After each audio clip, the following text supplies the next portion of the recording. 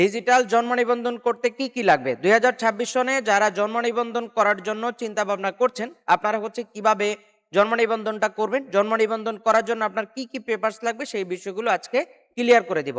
তো আপনারা যারা জন্ম নিবন্ধনের আবেদন করবেন, শিশু বা বৃদ্ধ যারই আবেদন করবেন তার কি কি প্রয়োজন হবে, কি কি পেপারস লাগবে সবকিছু থাকবে আজকের এই ভিডিওতে।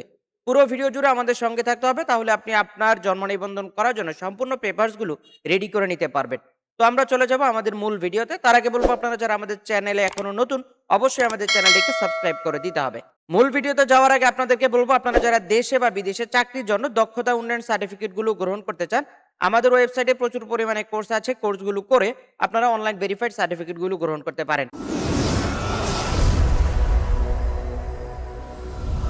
তো আমরা চলে আসলাম জন্ম নিবন্ধন করতে কি কি পেপারস লাগবে তার মূল আলোচনায়। তো আমরা প্রথমে হচ্ছে আপনাদেরকে বলবো, আপনারা যারা 0 থেকে 45 দিনের মধ্যে শিশুদের জন্ম নিবন্ধন করবেন তাদের হচ্ছে প্রসেস। তো 0 থেকে 45 দিনের মধ্যে আপনি যদি জন্ম নিবন্ধন করেন, আপনার জন্ম নিবন্ধনটি সম্পূর্ণ ফ্রিতে হবে। সেক্ষেত্রে হচ্ছে আপনার যে শিশু, এই শিশুর লাগবে হচ্ছে পিতা মাতার নাম সম্বলিত হাসপাতালের ছাড়পত্র অথবা হচ্ছে সার্টিফিকেট আপনাকে দিতে হবে।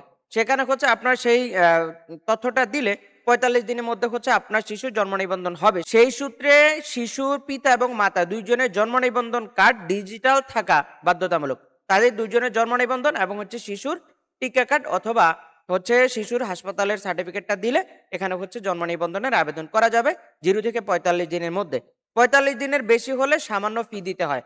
তো কোন বয়সে কি পেপারস লাগবে জন্ম নিবন্ধন করতে, আমরা সম্পূর্ণ প্রসেসটি আপনাদেরকে বলে দিব। নতুন নিয়ম জন্ম নিবন্ধন করার জন্য প্রয়োজনীয় কাগজপত্র ও নিয়মাবলী। জন্ম নিবন্ধন করতে এখন যা যা বাধ্যতামূলক লাগবে অবশ্যই আপনাকে সবগুলো ডকুমেন্ট সাথে নিয়ে আসতে হবে।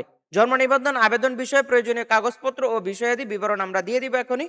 আপনাদেরকে হচ্ছে এই পেপারসগুলো নিয়ে আপনারা হচ্ছে আবেদন করতে পারেন। আবেদন করে তারপর হচ্ছে আপনারা আপনাদের যে ওয়ার্ড কাউন্সিল অফিস অথবা ইউনিয়ন পরিষদ, সেখানে হচ্ছে আপনাদের পেপারসগুলো জমা দিলে আপনাদের ডিজিটাল জন্ম নিবন্ধনটা হয়ে যাবে। আপনাদেরকে আমরা বলবো 0 থেকে ৪৫ দিনের মধ্যে হলে আপনাকে শিশুর জন্ম নিবন্ধন করার জন্য অবশ্যই পিতামাতার জন্ম নিবন্ধন ডিজিটাল লাগবে। ইপিআই কার্ড, টিকা কার্ড অথবা হাসপাতাল থেকে আপনারা ছাড়পত্র অথবা হাসপাতাল থেকে যে কোনো একটা সার্টিফিকেট নিতে হবে, যেখানে শিশুর তারিখ, জন্ম তারিখ, তারপর হচ্ছে নাম, পিতার নাম, মাতার নাম এগুলো উল্লেখ থাকবে। সেখানে সেই পেপারসটা দিয়ে তারপর হচ্ছে আপনার পিতামাতার ডিজিটাল জন্ম নিবন্ধন দিয়ে আপনি আবেদন করে তারপর হচ্ছে আপনি জমা দিলে আপনার শিশুর জন্ম নিবন্ধন হয়ে যাবে। তো আবেদনকারী অভিভাবকের মোবাইল নাম্বার কিন্তু অবশ্যই সচল থাকতে হবে। এখন বর্তমানে জন্ম নিবন্ধনের আবেদন করার সময় একটি মোবাইল নাম্বার বাধ্যতামূলক থাকে এবং সেই মোবাইল নাম্বারটিতে একটি ওটিপি কোড যায়, সেই কোডটি আপনাকে দিতে হবে এবং সেই কোডটি দেওয়ার সাথে সাথে হচ্ছে আপনার এই আবেদনটি কনফার্ম হবে, প্লাস হচ্ছে আপনার জন্ম নিবন্ধনের সকল কার্যক্রমের এসএমএস আপনার এই ফোনে চলে আসবে। তো শিশুর বয়স যদি ৪৫ দিনের উপরে হয়, ৫ বছরের নিচে, তাহলে হচ্ছে তাকে যেটা করতে হবে সেটা হচ্ছে টিকার কার্ড। যে টিকার কার্ডটা দিয়ে শিশুকে টিকা দেওয়া হয়েছিল সেই টিকার কার্ড প্লাস হচ্ছে পিতা মাতার ডিজিটাল জন্ম নিবন্ধন দিয়ে আবেদন করতে হবে। অথবা যদি হাসপাতালে পেপারস থাকে সেটা সংযুক্ত করতে পারেন, কিন্তু টিকা কার্ডটা বাধ্যতামূলক। পিতা মাতার জন্ম নিবন্ধন ডিজিটাল দিয়ে আবেদন করে তারপর হচ্ছে আপনাকে হচ্ছে ইউনিয়ন পরিষদ অথবা ওয়ার্ড কাউন্সিল অফিসে জমা দিতে হবে। ঠিক একই নিয়ম, মোবাইলে কিন্তু ওটিপি কোড যাবে। ৫ বছরের অধিক অথবা যদি পিএসসি পরীক্ষা দেওয়া থাকে তাহলে হচ্ছে সেখানে দিতে হবে সনদ, সেখানে দিতে হবে অবশ্যই সনদপত্র এবং হচ্ছে সার্টিফিকেট যে কোনো একটা দিতে হবে, প্লাস হচ্ছে পিতামাতার ডিজিটাল জন্ম নিবন্ধন দিয়ে আবেদন করতে হবে। এখানে যদি পিতামাতার জন্ম নিবন্ধন দেওয়ার পরে অথবা তা ওই শিশুর যদি কোনো সার্টিফিকেট না থাকে বা যদি শিশু যদি পড়ালেখা না করে, তাহলে হচ্ছে কি করবেন, তখন হচ্ছে আপনারা প্রাধান্য দিবেন টিকা কার্ডের উপরে। টিকা কার্ডটি প্রত্যেকটা শিশুরই থাকে, সেই সূত্রে হচ্ছে টিকা কার্ডটা দিয়ে আপনি হচ্ছে জন্ম নিবন্ধনের আবেদন করবেন। অনেক সময় দেখা যায় টিকা কার্ড সংগ্রহ করা সত্ত্বেও অনেক সময় আপনাদের কাছে টিকা কার্ডটা থাকে না। সেই সূত্রে আপনারা চেষ্টা করবেন আপনাদের হচ্ছে টিকা কেন্দ্র থেকে টিকার কার্ডটি সংগ্রহ করতে। যদি সেটাও না পারেন তাহলে হচ্ছে আপনি আপনার যে হাসপাতালের পেপারস আছে সেই পেপারস দিয়ে আপনি হচ্ছে একটি প্রত্যয়ন গ্রহণ করবেন আপনার ইউনিয়ন পরিষদ থেকে অথবা ওয়ার্ড কাউন্সিল অফিস থেকে। সেখান থেকে করে সেই প্রত্যয়ন পত্রটি দিয়ে আপনি জন্ম নিবন্ধনের আবেদন করতে পারেন। আবেদন করে তারপরে হচ্ছে আপনি জন্ম নিবন্ধনটা গ্রহণ করতে পারেন। তো আমরা দেখি ৫ থেকে ৭ বছর বা ১৮ বছর পর্যন্ত যে শিশুদের বয়স বা যে কিশোরদের বয়স, তাদের জন্ম নিবন্ধন আপনারা কিভাবে করবেন। ১৮ বছরের নিচে যারা, তাদেরকে অবশ্যই পিতামাতার ডিজিটাল জন্ম নিবন্ধন, টিকা কার্ড অথবা সার্টিফিকেট অথবা হাসপাতাল থেকে সার্টিফিকেট অথবা প্রত্যয়নপত্র যে কোনো একটা দিয়ে আপনি হচ্ছে আবেদন করতে পারেন। আবেদন করলে হচ্ছে টিকা কার্ডটা গ্রহণ করা যাবে।